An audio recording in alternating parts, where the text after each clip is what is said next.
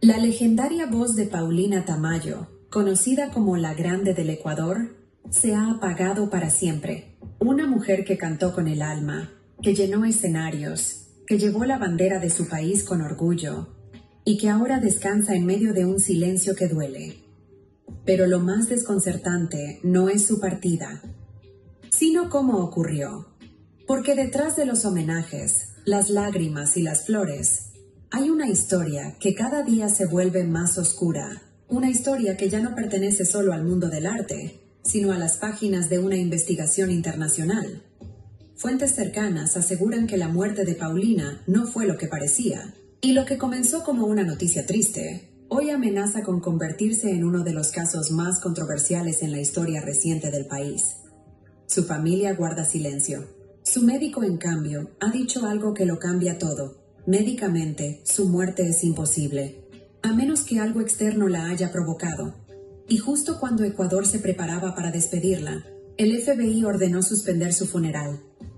¿Por qué una cantante ecuatoriana estaría bajo una investigación internacional? ¿Y qué fue lo que descubrieron que cambió el rumbo del caso por completo? Esta es la historia detrás de la muerte misteriosa de Paulina Tamayo. Un misterio que está lejos de terminar. Paulina Tamayo tenía apenas 60 años. Aún cantaba con la misma fuerza que en sus mejores días, y sus seguidores decían que nunca la habían visto tan viva, tan llena de energía. Había vuelto a grabar, estaba preparando nuevas presentaciones y hablaba con entusiasmo de una gira internacional que marcaría su regreso triunfal a los escenarios.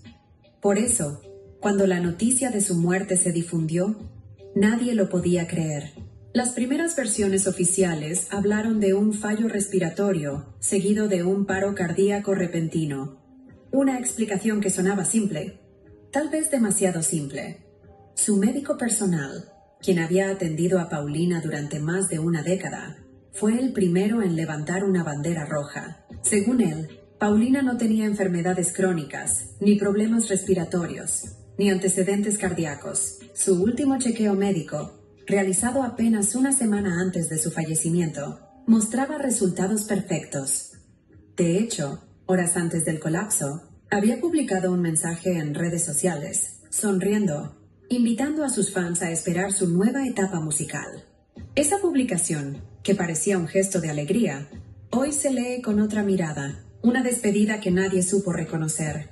Pero aquí es donde la historia se vuelve inquietante, porque mientras su familia pedía respeto y privacidad, los investigadores comenzaron a notar algo extraño.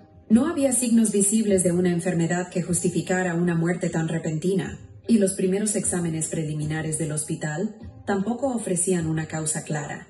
Entonces, la pregunta que todos comenzaron a hacerse fue inevitable. ¿Cómo puede morir una mujer aparentemente sana, sin advertencias, sin síntomas previos, y justo en el momento más brillante de su carrera? La respuesta aún no existe, pero lo que vino después cambió por completo el rumbo de la historia, porque apenas unas horas después de su muerte, alguien ya estaba moviéndose entre papeles, firmas y millones.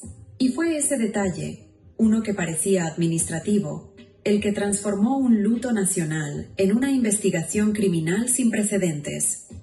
Fue en medio del luto, cuando los medios aún transmitían imágenes del velorio y los fanáticos seguían dejando flores frente a su casa, que se filtró un detalle que lo cambió todo. Paulina Tamayo tenía una póliza de seguro de vida valorada en $3 millones. Y lo más impactante no fue la cantidad, sino quién intentó cobrarla y cuándo. Según documentos obtenidos por las autoridades, su esposo, Martín, presentó la reclamación al seguro menos de 24 horas después de la muerte de Paulina. Ni siquiera había concluido el proceso médico. El certificado de defunción aún no estaba firmado. Y ya existía una solicitud oficial para recibir el pago completo. Ese simple movimiento financiero fue suficiente para encender todas las alarmas. Las agencias de control bancario detectaron el intento de cobro y lo marcaron como una transacción de riesgo. En cuestión de horas, el caso pasó de ser una muerte natural a un posible fraude con connotaciones internacionales.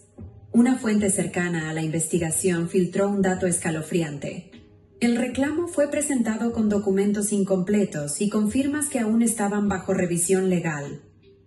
Eso llevó a los investigadores a sospechar que la póliza no solo había sido activada de forma irregular, sino que quizás había sido planificada, con precisión milimétrica.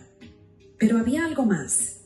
Los registros de la aseguradora mostraban que la póliza había sido firmada y actualizada apenas semanas antes de la muerte de Paulina. Un detalle que, según los analistas, no podía ser una coincidencia. Mientras Ecuador lloraba a su artista más querida, las oficinas del FBI en Miami recibían la alerta de un posible caso de manipulación financiera vinculada a un fallecimiento sospechoso. De inmediato, la investigación local fue escalada a la División Internacional. Y desde ese momento, el funeral de Paulina Tamayo quedó en pausa. Nada podía continuar hasta que se comprobara lo que muchos empezaban a temer, que detrás de su partida podría haber algo mucho más oscuro que un simple paro cardíaco. Los agentes del FBI ordenaron una revisión exhaustiva de sus documentos médicos, movimientos bancarios y los archivos digitales de la aseguradora. El resultado inicial fue tan irregular que decidieron congelar el pago completo del seguro. Martín, el esposo de Paulina, pasó de ser el viudo dolido al principal punto de interés en una investigación internacional. Un interrogatorio exhaustivo fue programado y se le entregó un documento confidencial con 15 preguntas clave sobre las horas previas al fallecimiento, las transferencias financieras y las decisiones que tomó antes y después de la tragedia. Y fue ahí, entre papeles, silencios y miradas evasivas, cuando los investigadores descubrieron algo que nadie había notado antes. La causa de muerte aún no estaba confirmada oficialmente, y sin embargo, alguien ya había planeado quién ganaría con su partida. El día en que el caso pasó a manos del FBI, Ecuador entero se quedó sin palabras. Nunca antes la muerte de una artista nacional había llamado la atención de una agencia internacional, pero esta vez algo no cuadraba. Y para los investigadores estadounidenses, los números y los tiempos eran demasiado perfectos para ser casualidad.